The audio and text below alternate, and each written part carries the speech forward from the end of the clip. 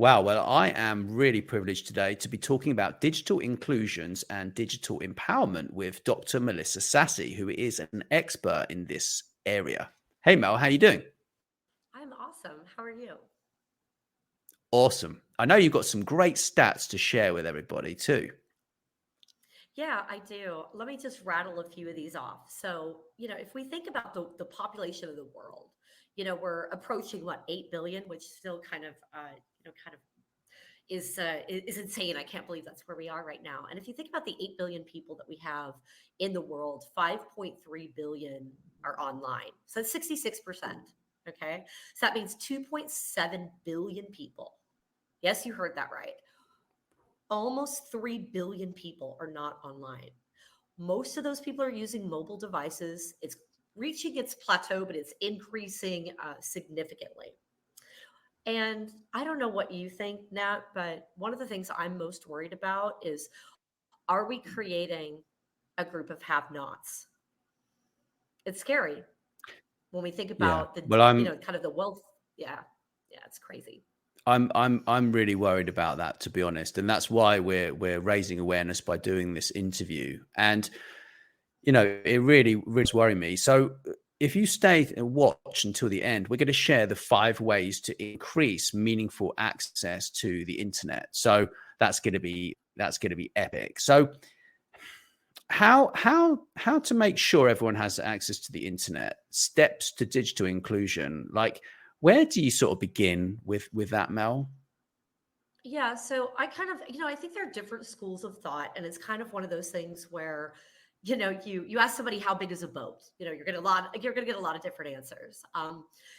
Similarly here, you ask 100 different people, you're gonna get, 100 different yet similar answers. So I think they're, kind of different schools of thought, but I think overarchingly, things kind of revolve around a few different, spectrums, if you will.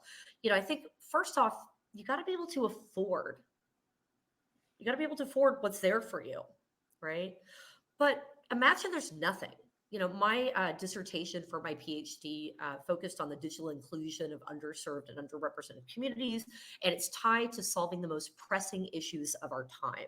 And I interviewed, a number of different tribes who live their entire lives, even to this day, without access to the internet in their homes. And I, spent a lot of time with each of them, really looking at education outcomes, economic empowerment, healthcare, entertainment, all different kinds of things. And you got to have that service in your home.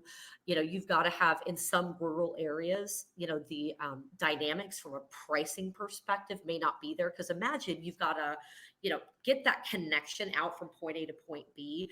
Satellite might be available for you, but is it affordable for you? So I think, first off, you've got to have that connectivity in your home. You've got to have um, the affordability, because what good is it if you can't afford it? You also have to have skills, and why do I say skills? Because you used, I think, a key phrase that is often used within development circles, and that's meaningful access. And what that really signifies is, it's not about being a consumer of technology. Okay. And I'll tell you what that means in a second. It's being a creator, a maker, a doer that's enabled by technology. So you're using tech, you're using the internet, you're using devices, which again, that's part of, gaining meaningful access. You got to have devices, but you're combining these things together to generate outcomes. And when I say outcomes, I mean, let's say, for example, you're using it to feed your family. You're using it to, generate, some kind of interesting solution that allows you to have affordable electricity. You're able to, keep your community safe and secure online. Obviously, there are lots of different ways in which we can use technology for communication, for protecting ourselves, for educating others, managing our healthcare, lots of different things, in addition to watching cat videos all day. We're not going to talk about the other kinds of videos that people watch online. That's not today's conversation, Nat. But, No. if you also look at this from the realm of, you got to have policies in place. And, when I talk about access, how are you going to build the right network? How are you going to support rural communities and schools and teachers and the elderly? if there aren't, funding programs that are available, because not everything's going to have a business model attached to it. Not everything is going to generate revenue. Now, you get people skilled up, it's going to turn into, GDP growth or, economic development, because the people who are learning are going to go out and say, all right, cool. I've seen this local challenge in my local community, or I've seen this local opportunity, if you will, that could become a business. If people are enabled with the right digital skills and the right, kind of entrepreneurial spirit, imagine all of the opportunities and challenges we could overcome, in life, especially if you're talking about from the ground up. I could talk about this all day long in terms of, the different elements that, kind of signify what meaningful access is. What do you think, Nat? Does that make sense? Does that resonate with you? That makes a lot of sense. I mean, Yeah. back to this digital divide, right? Yeah. What do people, what do you need to know about the digital divide right now? I mean, from where I'm sitting, there's opportunity everywhere, and we'll dig into that in a little while. But w- what do you think people need to know about it? I mean, from where I'm sitting, I think the main thing is really being focused on the outcome of making money, right? And making your life better, because there's two things. There's making your life better and there's making money. And they're kind of connected, but they can also be separate, right? So it's a real I challenge, this digital divide. Yeah, I kind of look at the digital divide from a number of different perspectives. I look at it from, access to your basic stuff. We've got to have access to information, and I kind of see it as, being able to understand what's happening in your community, because a lot of that stuff's, not happening in print format anymore. So it's gaining access to information. It's gaining access to education. It's no, make no mistake, formal education is not perfect everywhere. It might not be perfect anywhere. We've got to be, taking control of our own, kind of destinies when it comes to the learning journey. Especially think about the school, shutdowns during COVID. For those who did not have internet access, did not have a device, or maybe were not as comfortable from a tech perspective, whether that's as a teacher, an administrator, whatever, they would have been missing out, essentially out of school for significant periods of time. It's also about, having a political voice. So, for example, this month I'm doing a talk with a small NGO in that's based out of Southeast. We've got a number of different folks from different countries who are coming in, and we're talking about kind of how do you use your voice in countries where you may not be able to truly use your voice, because these are countries where you often have shutdowns, because of maybe your political views might differ from the administration, or there just might be gender challenges. I'm looking forward to it, because one of the things that we're going to talk about is the concept of digital literacy as a human right. Access to the internet is a human right. I know that some people might disagree with that, but everything is connected to technology. Our health, access to government benefits, applying for a job, you know, everything.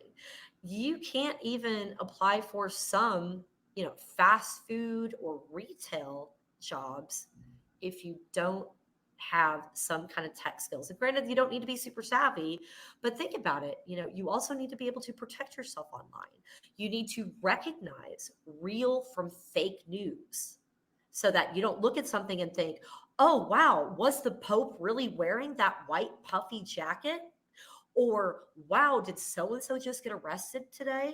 Or wow, has the as a group of guerrilla warriors just come into our presidential office and destroyed everything?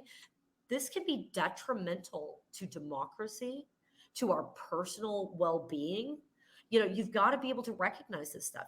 As you get online, you need to know how to keep yourself safe and secure. So I think it's political, it's social, it's economic, sexual. Every single aspect of our lives these days is intertwined by, with technology. But again, I go back to that conversation around meaningful access. and that means outcomes. So it's not just, posting cat videos or casually watching some stuff, but it's truly using it to not only do well, but do good, make money, make the world a better place, have a voice, and be part of social structures, political structures, whatever you fancy. Does that make sense? Absolutely, absolutely. I mean, we could talk about this all day. I love this topic, I know. but I know it's my it's passion. I'm like, it's okay, keep focused, Mel. but it's huge, right? Because there's the unbanked conversation. There's all sorts of stuff, that we Oh could yeah, I sort of talk forgot about about. But that I'm one. I trying didn't to even keep talk this. about financial. Yeah. Well, I didn't either. I should have mentioned that. I mean, it Yeah. opens up Yeah. a lot of people who don't have any ID, they don't have any banking, they don't have Mhm. anything. And actually, if governments Or got on maybe board they with it, can't they could even read. become banks. Maybe they can't even Yeah, read. Yeah, that's right. maybe not, but then they can learn, right? Like that's so amazing Yeah. about it. But artificial intelligence is changing the digital divide. So let's talk about that just for a couple minutes, right? Because there are people who are embracing AI, they're embracing the chat GPT stuff, and they're becoming like 50% in some cases more productive, or even more than that, right? So that is changing the digital divide, and it's going to create a series of underclass people who really are completely lost, and it's not because they're stupid, it's because they have a very closed mind to this sort of stuff. And I'm kind of worried about that, actually, the way that I see the rate of change happening. I mean, I put chat GPT on my phone, and obviously there are going to be exceptions. There are going to be people that make a ton of money and really don't need to be embracing AI very much, but actually their lives are Yeah. being changed anyway by this. So what do you think about how artificial intelligence is changing the digital divide? Yeah, I actually look at it from a slightly, kind of nuanced perspective. So I kind of see the digital divide or digital inclusion or digital skills and readiness, whatever you want to call it, digital intelligence that looks at, kind of the skills aspect. But all of these things, I look at it as kind of the core, right? Maybe it's a funnel. Let's think about it as a funnel or kind of a, upside down triangle. You've got this, Hmm. digital divide up here, which is your access, skills, utilization of technology, right? At the core basic level. And that means kind of like if you think about it, skills, right? Just skills, you're going to dial them up and down depending upon your competencies. You might be good at some things like a beginner, you might be an expert, somewhere else. And then as you come down this funnel, you're further honing in on, additional digital skills. And so I see, kind of the AI divide, not as kind of like the same as the digital divide, but kind of like a double click. And I know I hate that word. It's a little bit, or those words kind of a little bit cliche, but it is kind of double clicking and saying, okay, AI is one component of this. And what are the risks? What are the benefits? And I think, overarchingly, people need to understand that, AI is coming, it's already here, and there are risks associated with it, but there are also significant benefits. The AI is not necessarily going to, replace you unless you embrace AI. Then it may, right? And so I look at it as, we definitely have some challenges, and some of the challenges I see is around kind of trust, transparency, and really understanding, what goes into these algorithms. I love like ChatGPT, for example, good example. However, I don't want to see, an adult, youngsters, anyone flat out taking that material, assuming it is just ready to go, rock and roll, here we are. Because I think over time, it may be that AI generated content is kind of going back and forth, if you will, and may not necessarily be taking in the depth and breadth of, insight that it should. I see there could be risks associated with picking up media misinformation and disinformation, people thinking that it's true, but it's not. And that requires people to have, to critically think through what's, coming in front of them. Because I think we still need to have creativity. We still need to look at that awesome helper and not see it as a replacement of a singer songwriter, a replacement of a writer, a researcher, a journalist, whatever, but kind of something that augments your creativity, helps research quicker, helps formulate your thoughts quicker. But again, if you don't understand AI, it's probably scary. If you don't embrace it, you're going to be left behind. So, yeah. Yeah. Oh, Well, it's as simple as that, isn't it, one more really? thing, one more thing. So I hold forgot on. one more thing. Oh, okay. One more thing, real Yeah. quick. Oh, yeah, one more thing. Sorry. I Go think on. there's also a gender divide in tech. We have, 28, 30% of the tech workforce is made up of women. I think, and I'm not this like crazy diehard feminist person, but I do think we all have bias, whether you're male, female, you're from here, your ethnicity is that, you speak this language, we all have unconscious bias. And when we're writing, creating algorithms, our bias unfortunately comes along with it. So I think it's really important that we truly think through, where are these algorithms coming from, who's creating them, and making sure that we've got the trust and transparency, the depth and breadth of different types of people who are coming in and building tech, to ensure that our tech is truly inclusive and driving toward outcomes that make sense for folks who are going to be using those that material, or that product or whatever. Yeah, sorry, I didn't mean Yeah. to go on, but I had to mention No, that no, one. that makes a lot of sense, because that's a digital Yeah, divide in itself, isn't it? At the end of the day, it it's a is. complete Yeah. digital divide. So what are these 5 ways to increase meaningful access to the internet? Yeah, so I'll talk about policy first. Our government needs to make sure, our governments need to make sure that they've got the right policy frameworks that enable the right technologies. And in some cases, I'm not a big fan of big government, let's be clear, but they're just not affordable business models when it comes to somebody living in a rural community. It's just the dynamics are not there. Granted, there's lots of innovation that could happen for business to bring in new tech, and I'd love to keep watching what's happening in the satellite or edge space. So policy will be my first one. Second one is making sure that, as whether it's a mobile operator, internet service provider, satellite company, whatever, that they've got the right affordability metrics in there. Again, that's closely connected with, policy. I don't expect that the government should pay for everything. That doesn't, align to my MO. However, again, that's kind of a fine balance. People need to have access to skills, you know, uh, and that may mean going out and finding them yourselves, because you may not have the right, environment that is enabling you appropriately. You might not have, teachers and formal education. We need to take control of our future when it comes to education and economic empowerment. It's hard because sometimes we don't know where to go, and you don't know what you don't know. We need to be focused on outcomes. So understand, and that kind of connects into skills as well. Kind of thinking about, what are those outcomes, and how do you share, with the broader community, the role that tech can play to not only change your life, but those around you. And that kind of comes along the lines of inspiring, being inspired, for those thought leaders around the room, around, the community, around the country. How can you inspire others so that people understand, what's possible, the art of the possible, and saying, wait a second, I can do this. That woman looks like me. That man looks like me. They look like me.